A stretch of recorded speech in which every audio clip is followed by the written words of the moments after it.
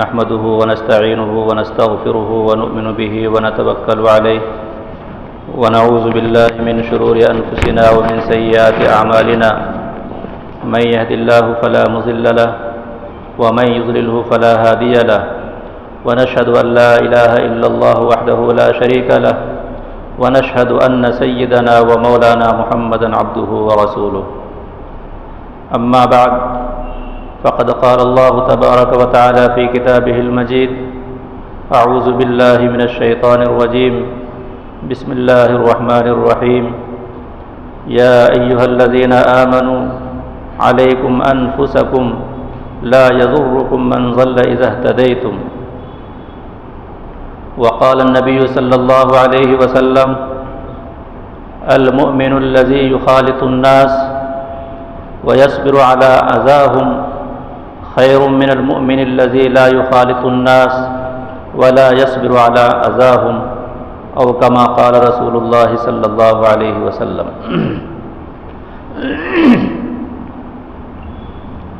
عزیزان محترم، اس وقت کی یہ جو مجلس ہے اصلاح معاشرہ کے عنوان سے یہ مجلس منعقد کی گئی ہے.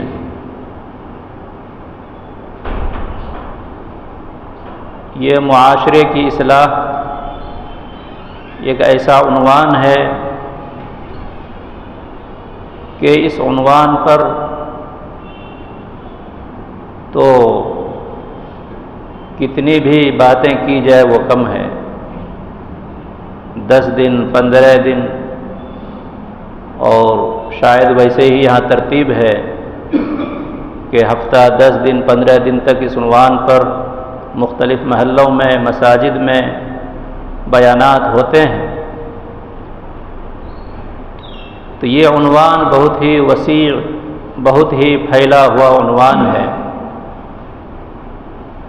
اس میں پہلی جو چیز ہے معاشرہ. یہ معاشرہ کیا ہے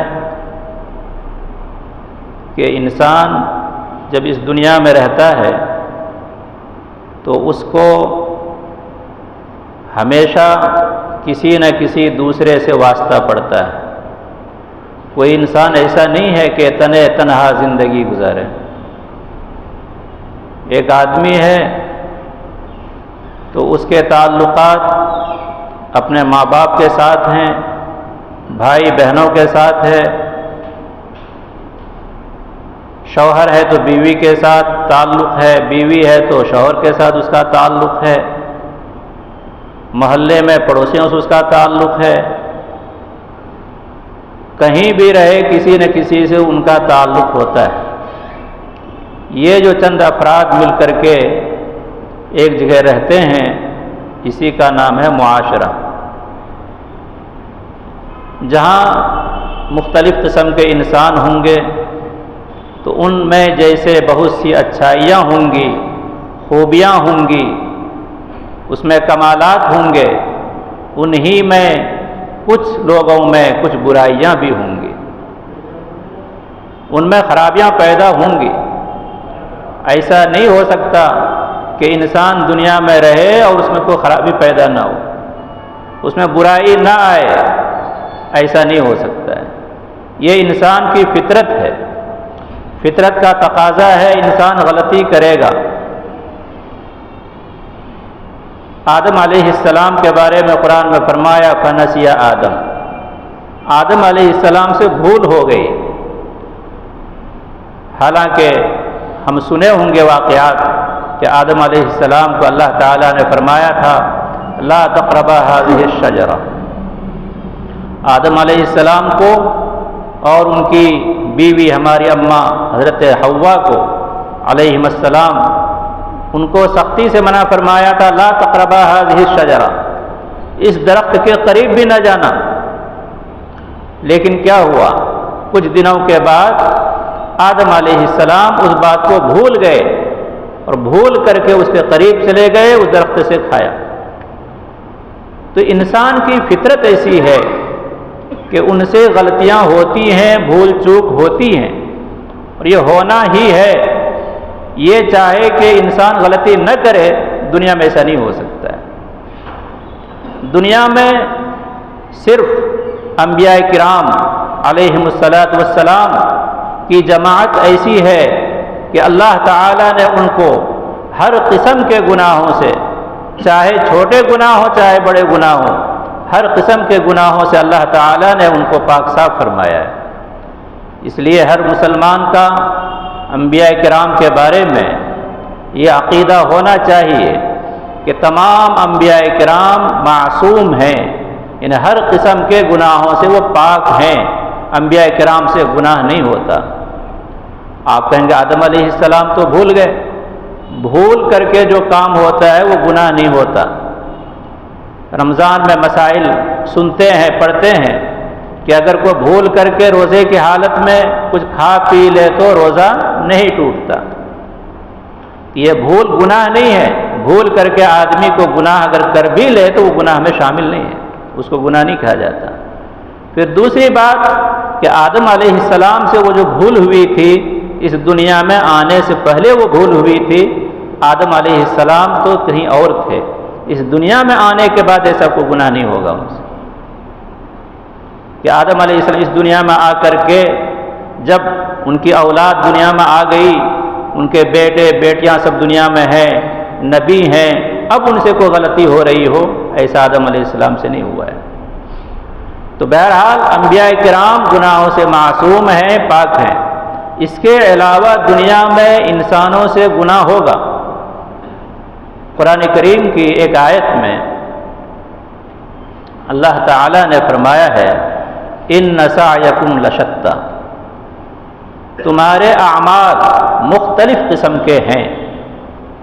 انسانوں سے اللہ تعالیٰ کہہ رہے ہیں تمہارے اعمال ایک جیسے نہیں ہوں گے، کسی کا عمل اچھا ہوگا کسی کا عمل برا ہوگا۔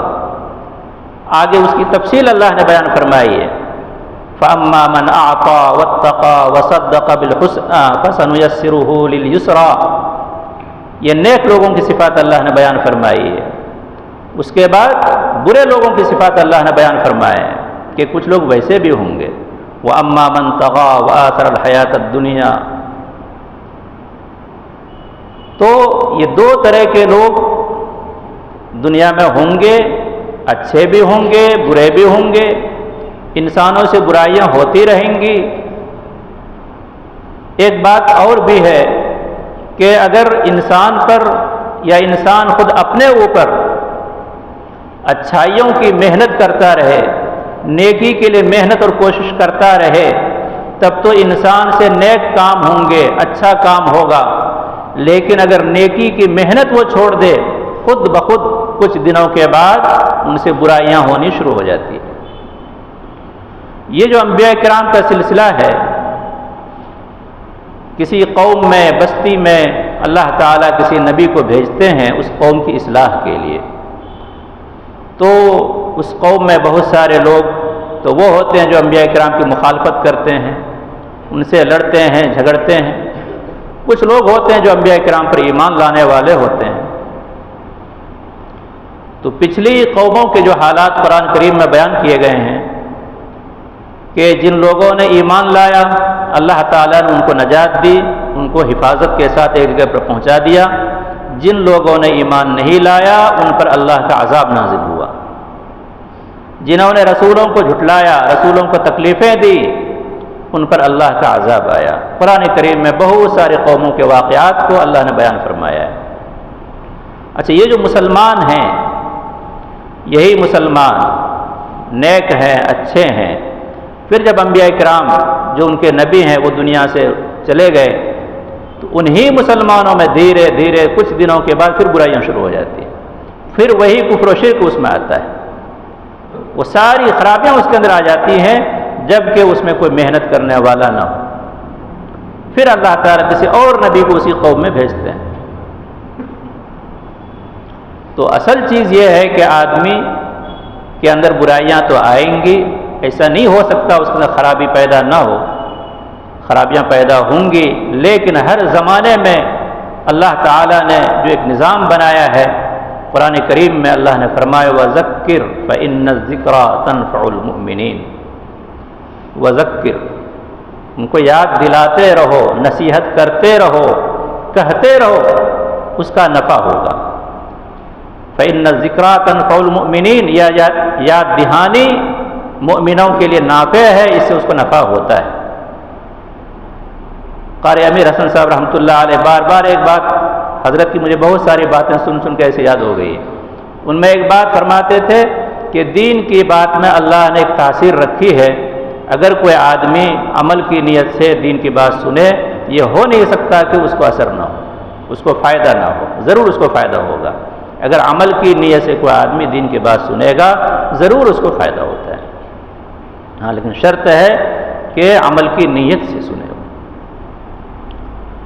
بلکہ بہت سارے تو بزرگان دین یہ بھی کہتے ہیں کہ اگر کوئی آدمی دین کی بات سنتا ہے، چاہے اس کی نیت عمل کرنے کی نہ ہو، بس غور سے سن لے وہ، تو آج نہیں تو کل کبھی نہ کبھی اس کو ضرور نفع ہوتا ہے، کبھی نہ کبھی اس کو وہ بات ذہن میں یاد آئے گی کہ فلانے نے فلاں وقت میں مجھے یہ بات کہی تھی، اس وقت اس کو یاد آتی ہے وہ بات، میں نے اس وقت عمل نہیں کیا، آج میں پچھتا رہا ہوں، فلاں کی نصیحت پر میں اس وقت عمل کر لیا ہوتا بڑا فائدہ ہوتا، یہ ذہن میں باتیں آتی ہیں۔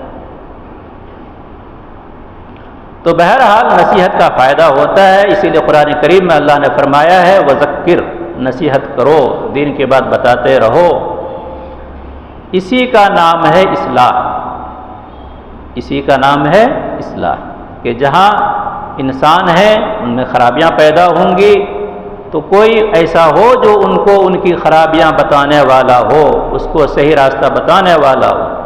اور یہ ہر زمانے میں اللہ نے ایک نظام بنایا ہے اور یہ سلسلہ ہمیشہ سے چلا آ رہا ہے۔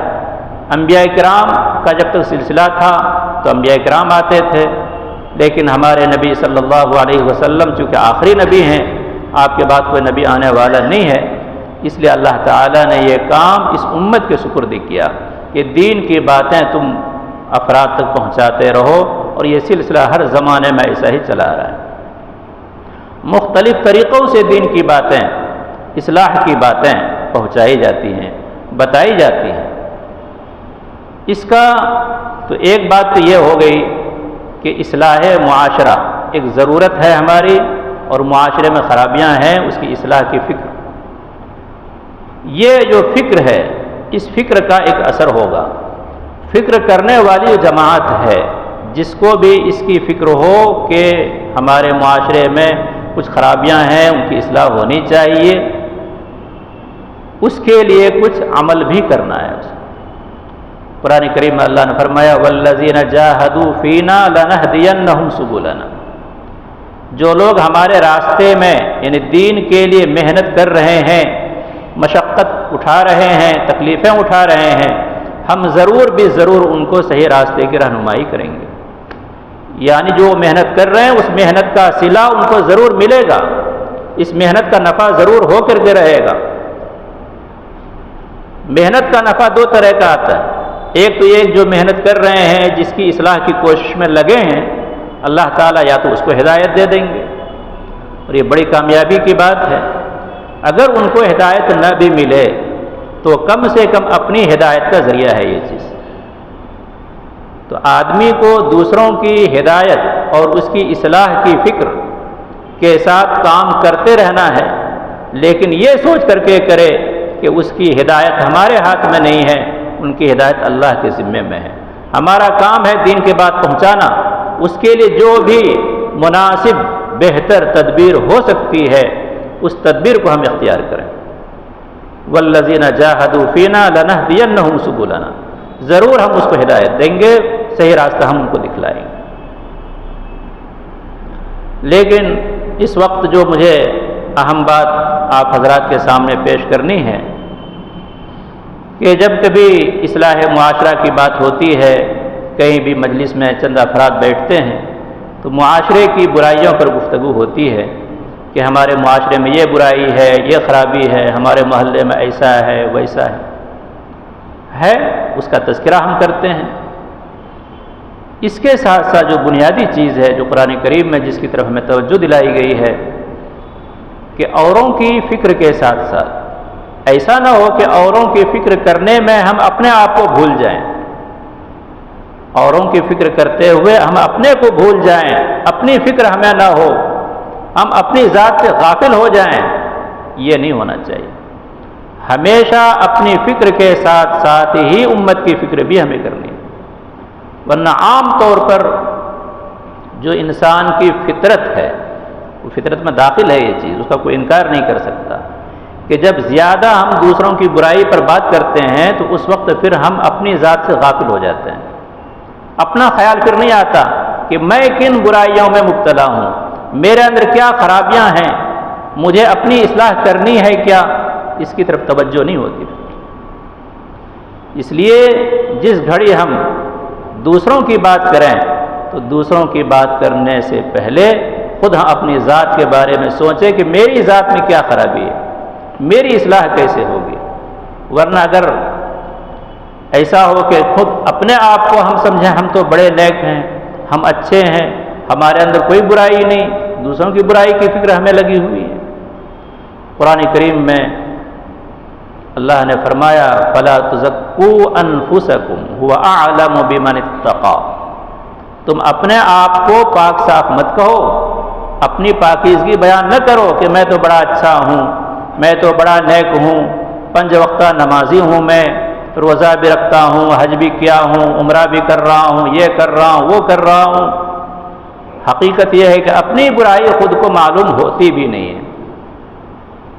ایسی بہت ساری بیماریاں بھی ہیں جو آدمی کو خود پتہ نہیں ہوتا میں بیمار ہوں، ہاں جب ڈاکٹر کے پاس جاتے ہیں ایک بیماری کو لے کر وہ ڈاکٹر جب تشخیص کرتا ہے، یہ ٹیسٹ وہ ٹیسٹ پورا اٹھا کر کے تب بولتا تم کو یہ بیماری بھی ہے، فلاں بیماری بھی ہے۔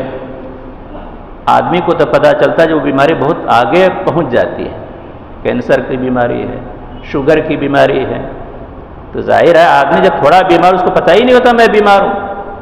یہی حال اپنی برائیوں کا بھی ہوتا ہے کہ آدمی اپنی برائی سے غافل ہوتا ہے، کوئی توجہ دلائے تب اس کی طرف ہماری توجہ ہو سکتی ہے۔ تو یہ ایک بات بھی ذہن میں رہے، قرآن کریم میں اللہ نے اسی کو فرمایا یا ایھا الذین آمنوا علیکم انفسکم، اے ایمان والو تم اپنی فکر کرو، تمہارے ذمہ ہے سب سے پہلے اپنی فکر کرنا۔ علیکم انفسکم لا یغرکم من ضل اذا اہتدیتم، اگر تم ہدایت پر ہو، تم صحیح راستے پر ہو تو دوسروں کی گمراہی کا نقصان تم کو نہیں ہوگا۔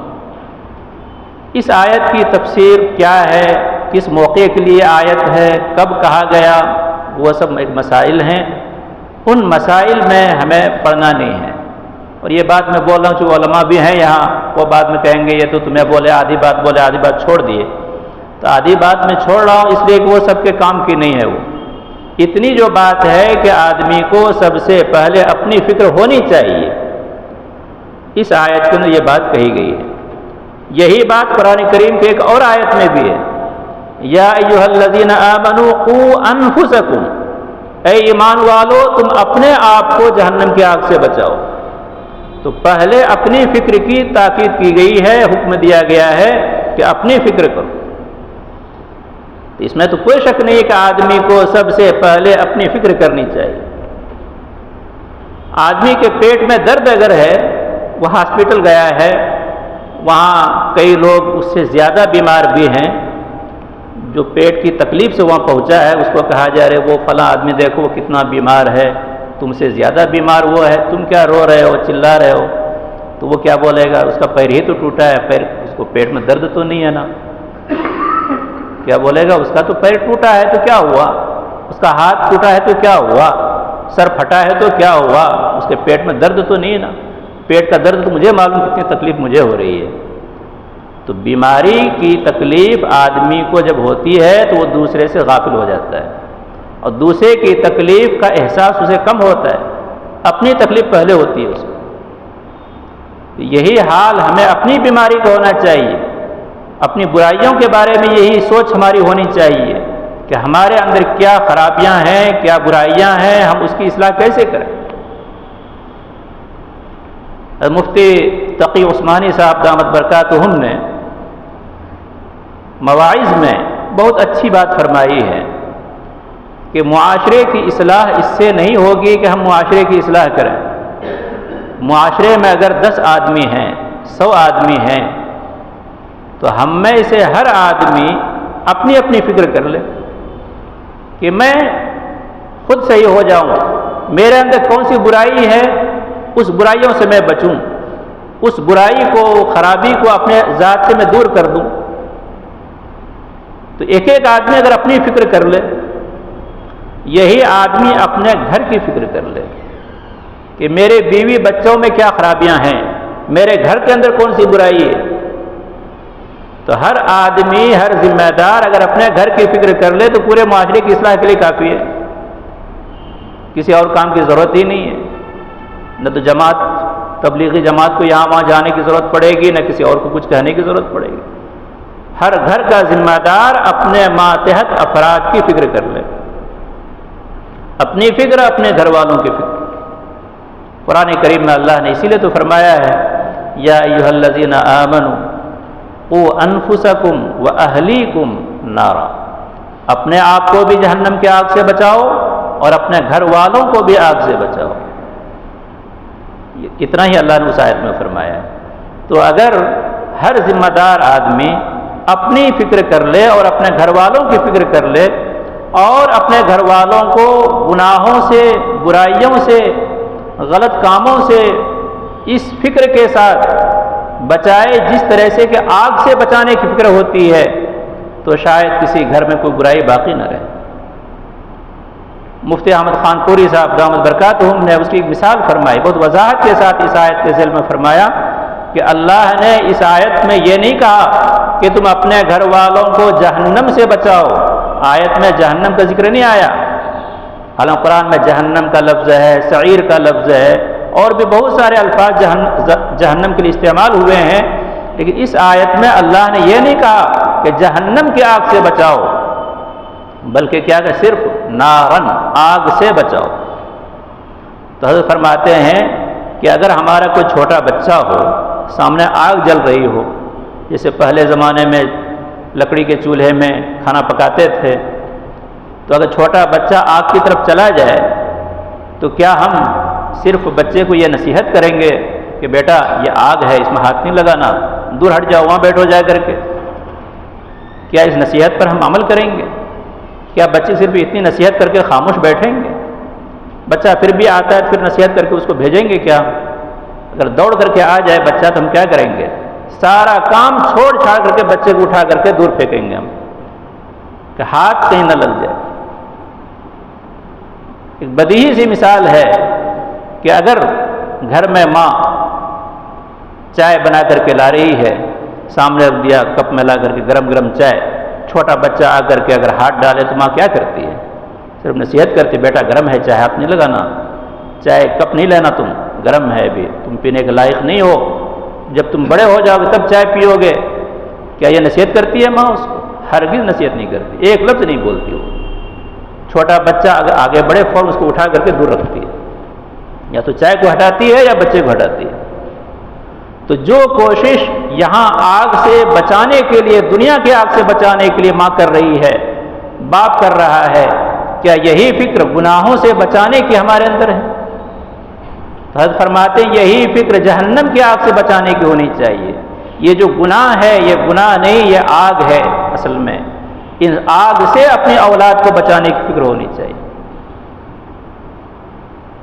قاری امیر حسن صاحب رحمۃ اللہ علیہ کی ایک بات مجھے یاد آ رہی ہے، حضرت فرماتے تھے اولاد کے بارے میں، بچوں کے بارے میں، کہ لوگ یہ کہتے ہیں کہ اولاد بنے گی تو خود بنے گی، بگڑے گی تو خود بھگتے گی، بنے گی تو خود بنے گی، بگڑے گی تو خود بھگتے گی۔ حضرت فرماتے تھے بنے گی تو خود بنے گی، جب بگڑے گی تو خود تو بھگتے گی، اس سے پہلے تم کو بھگتنا پڑے گا۔ وہ بچہ تو بعد میں بھگتے گا، جب بڑا ہوگا، شادی ہوگی، اس کے بچے ہوں گے، تب اس کو پتہ چلے گا بگڑنے کا کیا نقصان ہے۔ اور جب بچہ بگڑ گیا ہو، جوان ہے، تو اس کی تکلیف کون برداشت کرتا ہے؟ بچے کو تھوڑی تکلیف ہو رہی ہے، بچے تو مزے کی زندگی گزار رہا ہے، ٹو ویلر میں پھر رہا ہے، یہاں پھر رہا ہے، وہاں پھر رہا ہے، کار اٹھایا، یہاں جا رہا ہے، وہاں جا رہا ہے، پولیس والا پڑے تو بچے کو بولتا ہے کیا ہوا؟ تو بچہ اس کو بولتا ہے کس کا بیٹا ہے، ہاں فون نمبر لے کے باپ کو فون کرتا، فون کو باپ کو وہاں بلاتا، بچے کو تھوڑے بلا رہا ہے وہ۔ تو بچہ تو بھگتے گا اس سے پہلے تم کو بھگتنا پڑے گا، یہ حضرت فرماتے تھے بار بار۔ تو یہ ایک جو فکر معاشرے کی ہے کہ معاشرے کی اصلاح کیسی ہوگی، تو سب سے آسان اور بہتر طریقہ یہ ہے کہ ہم میں سے ہر آدمی پہلے اپنی فکر کرے، اس کے ساتھ ساتھ اپنے گھر والوں کی فکر کرے، اپنے ماتحت جو بھی افراد ہیں اس کی فکر کرے، بیوی ہیں، بچے ہیں۔ ماں کی ذمہ داری ہے گھر کے بچوں کی فکر ہے، کہ باپ کی بھی ذمہ داری ہے کہ عورتوں کی بھی، بہنوں کی، بھائیوں کی، جو بھی ہیں گھر میں ان سب کی فکر کرے۔ اگر یہ ایک مزاج ہمارا بن گیا تو انشاءاللہ دھیرے دھیرے یہ ہمارا معاشرہ ہر قسم کی برائیوں سے پاک ہو سکتا ہے۔ ورنہ معاشرے کے لیے تقریریں ہو اصلاح کے لیے، تقریروں سے کبھی اصلاح نہیں ہوئی ہے۔ عملی طور پر یہ کر کے دکھانا ہے۔ عملی طور پر گھر کا ذمہ دار اگر اس کی فکر کر لے اور عملی طور پر ایک نمونہ پیش کرے، نبی کریم صلی اللہ علیہ وسلم کی جو زندگی ہمارے سامنے ہے کہ آپ نے نصیحتیں لوگوں کو کی ہیں، لیکن نصیحتوں سے زیادہ عمل کر کے دکھایا ہے۔ نصیحتیں بھی کی ہیں لیکن ان نصیحتوں پر خود عمل کر کے دکھایا کہ اس پر عمل کیسے کیا جاتا ہے۔ قرآن کریم میں بے شمار آیتیں ہیں جس میں اقیم الصلاۃ کا حکم ہے، نماز قائم کرو، نماز قائم کرو۔ بے شمار حدیثیں ہیں، آیتیں ہیں، لیکن حدیث میں نماز کس طرح پڑھی جاتی ہے، نبی کریم صلی اللہ علیہ وسلم نے صحابہ کرام کو نماز سکھلائی ہو کہ بھائی تم پہلے تکبیر تحریمہ کہو، پھر ثنا پڑھو، تعوذ پڑھو، اس طرح کے آپ کو حدیث بہت مشکل سے ملے گی، بہت مشکل سے۔ تعجب ہوگا آپ کو کہ حدیث میں آپ نے اس طرح سے لوگوں کو سکھایا ہی نہیں، بلکہ آسان طریقہ ہے۔ آپ نے فرمایا صلو کما رأیتمونی اصلی۔ کیا فرمایا؟ اگر کوئی صحابی آتے تھے کہ میں نماز سیکھنا چاہتا ہوں، تو آپ فرماتے 3 دن رہو یہاں مدینے میں، میرے پیچھے نماز پڑھو، اور نماز تم یہ دیکھو میں کیسی نماز پڑھتا ہوں ویسا ہی تم پڑھنا۔ اس کو بتاتے نہیں تھے یہ کرو وہ کرو یہ کرو، تو آدھا سیکھے گا آدھا بھولے گا وہ۔ یہی 3 دن رہ کر کے سیکھو یہاں میں کس طرح نماز پڑھ رہا ہوں۔ حدیث کی کتاب میں کئی واقعات اس طرح کے ملیں گے۔ صلو کما رأیتمونی اصلی، اس طرح پڑھو جیسے میں پڑھ رہا ہوں، مجھے دیکھ کر کے سیکھو۔ حج کے موقع پر روزے کا مسئلہ ہے، اس میں کچھ کرنا نہیں ہے، بھوکے پیاسے رہو گیا روزہ، کیا بھی کرنا نہیں ہے، بلکہ نہیں کرنے ہی کا کام روزہ ہے، کچھ کریں گے تو روزہ گڑبڑ ہوتا ہے۔ حج کے بہت سارے کام ہیں، اچھے پڑھے لکھے لوگ بھی حج میں گڑبڑ کر جاتے ہیں، پڑھے لکھے لوگوں سے غلطی بھی زیادہ ہوتی ہے۔ میں جب حج میں گیا تھا تو طواف کے بعد صحیح کیسا کرنا میں خود سوچ لگ بیٹھ گیا، کدھر جانا کیسے جانا۔ حالانکہ کتاب میں پڑھ کر کے سب کچھ دیکھ کر کے اچھی طرح معلوم ہے، لیکن وہاں جا کر کے تھوڑی دیر کے لیے ہم کو سوچنا پڑا میں کدھر جاؤں، اب کیا کرنا ہے، مجھے صحیح کرنا ہے، کدھر جانا ہے سمجھ میں نہیں آ رہا ہے۔ حالانکہ کتاب میں پوری چیزیں لکھی ہوئی ہے، کہاں جانا ہے کدھر جانا ہے۔ حج کے چونکہ کام بہت سارے ہوتے ہیں اور اس میں تھکے ہوتے ہیں لوگ، پریشان رہتے ہیں، جو بھی حج کو گئے ہیں ان کو معلوم ہے ہر زمانے کی پریشانی اپنی جگہ ہے، ساری سہولیات کے باوجود پریشانی ختم نہیں ہوئی۔ تو آپ نے صحابہ کرام کو حج کا طریقہ زبانی نہیں سکھایا، بلکہ عمل کر کے حج کے موقع پر آپ نے فرمایا خذوا عنی مناسککم۔ صحابہ کرام کو بہت اہمیت کے ساتھ فرمایا کہ تم لوگ حج کا طریقہ مجھ سے اچھی طرح سیکھ لو، میں کس طرح حج کر رہا ہوں یہ دیکھ لو اچھی طرح۔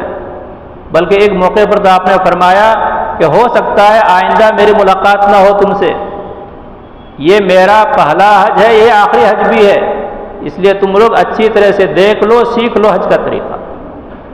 بتایا نہیں آپ نے کہ حج میں اتنے فرائض ہیں، اتنے واجبات ہیں، اتنے سنت ہے، آج تو حج کا طریقہ سکھایا جاتا ہے، ہم سکھا رہے ہیں، لیکن آپ صلی اللہ علیہ وسلم اس طریقے سے نہیں سکھایا۔ کیوں؟ اصل وجہ یہی ہے کہ آدمی جب کسی کام کو کرتا ہوا دیکھتا ہے کسی کو، تو وہ بات ذہن میں اچھی طرح بیٹھ جاتی ہے اور اس کے لیے وہ عمل کرنا آسان ہوتا ہے۔ اس لیے ہم میں سے جو بھی ذمہ دار افراد ہیں، چاہے اپنے گھر کے ذمہ دار ہوں، محلے کے ذمہ دار ہوں، مسجد کے ذمہ دار ہوں، جہاں بھی ہم ہیں ہماری ایک ذمہ داری ہے، اللہ نے ہم کو ایک موقع دیا ہے، تو اصلاح کے لیے اپنی ذات سے ہم کوشش کریں کہ ہمارے اندر کیا خرابی ہے اس کو سوچیں۔ ایک بہت بڑے بزرگ گزرے ہیں، ان کا واقعہ کتابوں میں لکھا ہے کہ جب ان کی عمر 60 سال ہو گئی تو وہ ایک دن سوچنے لگے کہ میری عمر 60 سال ہو گئی ہے، ایک سال میں کتنے دن ہوتے ہیں؟ ایک دن میں، ایک سال میں کتنے دن ہو رہے ہیں؟ 360 پر 5 دن ہوتے ہیں۔ 60 سال میری عمر ہے، میری زندگی کے کتنے دن ہوئے؟ تو حساب لگائیں تو تقریباً 20 پر 1900 دن ہوتے ہیں۔ تو وہ سوچنے لگے کہ میری زندگی کے اتنے ہزار دن ہیں، اگر ان دنوں میں ہر دن کا ایک ایک گناہ بھی اگر میرا ہوا ہو تو میرے کتنے گناہ ہو گئے؟ 20 پر 21، 20 پر 1000 گناہ۔ ان گناہوں کے ساتھ میں اللہ کو کیا منہ جا کے دکھاؤں گا؟ ہم میں ہر آدمی سوچے ہمارا کون سا دن ایسا ہے کہ جس دن ہم سے گناہ نہ ہوا ہو؟ ایک گناہ کیا 10 گناہ ہوتے ہیں، 10 گناہ ہم کر رہے ہیں، لیکن خود ہمیں نہیں پتا ہم نے کتنا گناہ کیا ہے۔ ہم کو یا تو معلوم ہی ہوتا نہیں ہم گناہ کر رہے ہیں، معلوم ہو تو بھی کچھ دنوں کے بعد ہم بھول جاتے ہیں، صبح گناہ کیا شام کو ہم بھول گئے کہ ہم نے کیا کیا گناہ کیا ہے۔ لیکن قرآن کریم میں اللہ نے فرمایا ہے احصاہ اللہ ونسوہ، کہ اللہ نے انسانوں کے سارے عمل کو لکھ کر کے رکھ لیا ہے، اللہ کو سب یاد ہے لیکن انسان بھول گیا عمل کر کے۔ احصاہ اللہ ونسوہ۔ اللہ فرماتا ہے لا یغادر صغیرۃ ولا کبیرۃ الا احصاها ووجدوا ما عملوا حاضرا ولا یظلم ربک احدا، کہ اللہ نے فرشتوں کو مقرر کیا ہے، وہ سارے اعمال کو لکھ رہا ہے، نہ تو چھوٹے عمل کو چھوڑتا نہ بڑے عمل کو چھوڑتا، ہر عمل کو فرشتہ لکھتا ہے، نام اعمال میں سب کچھ محفوظ ہے۔ قیامت کے دن ہر انسان اپنے ان کیے ہوئے اعمال کو، گناہوں کو وہاں دیکھے گا، اور ایسا نہیں کہ اللہ نے اس پر ظلم کیا ہے کہ تم کے بندے نے کوئی گناہ کیا نہ ہو اللہ نے لکھ دیا، ایسا نہیں۔ اللہ نے وہی لکھا، فرشتوں نے وہی لکھا جو بندوں نے کیا، کوئی عمل ایک عمل بھی زیادہ نہیں لکھا جاتا۔ ان اللہ لا یظلم مثقال ذرہ، اللہ تعالیٰ ذرے کے برابر بھی کسی بندے پر ظلم نہیں کریں گے۔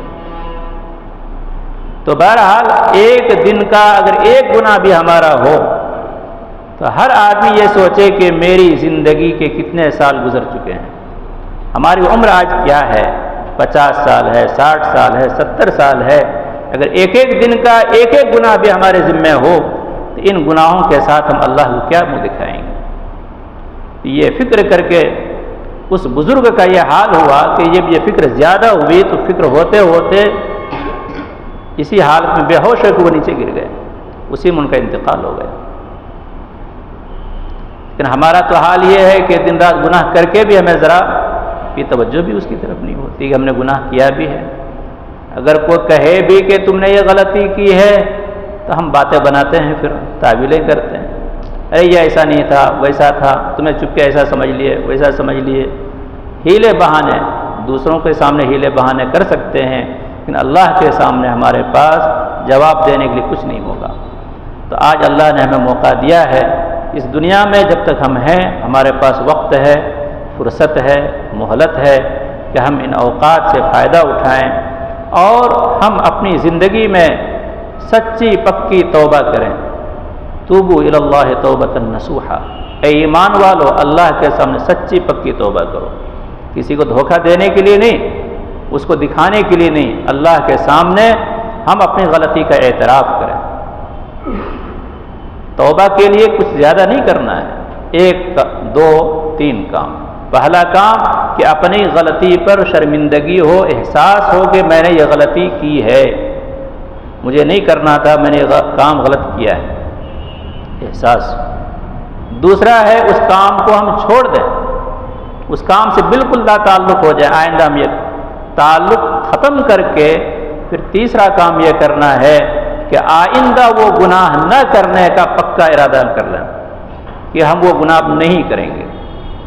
اتنا اگر 3 کام ہم نے کر لیا، ہماری توبہ پکی ہو گئی، اللہ ہمارے گناہوں کو معاف کریں گے۔ اللہ کا وعدہ ہے کہ تم سچی پکی توبہ کر لو، اللہ تعالیٰ تمہارے گناہوں کو معاف کر دے گا۔ اس کے بعد بھی اگر گناہ ہو گیا تو پھر وہی کام کرو، پھر توبہ کر لو، پھر گناہ ہوا پھر توبہ کر لو۔ اس میں کوئی مسئلہ نہیں ہے، کوئی پریشانی کی بات نہیں ہے، بلکہ اگر ایک بندہ ایک گناہ دن میں 100 مرتبہ بھی کرتا ہے، گناہ کر کے توبہ کر لے پھر گناہ کرے، اللہ اس سے بیزار نہیں ہے۔ اللہ کو توبہ بہت پسند ہے۔ حدیث کے اندر اللہ نے فرمایا ہے، نبی کریم صلی اللہ علیہ وسلم نے فرمایا کہ گناہوں سے توبہ کرنے والا بندہ ایسا ہے جیسے اس نے گناہ کیا ہی نہ ہو۔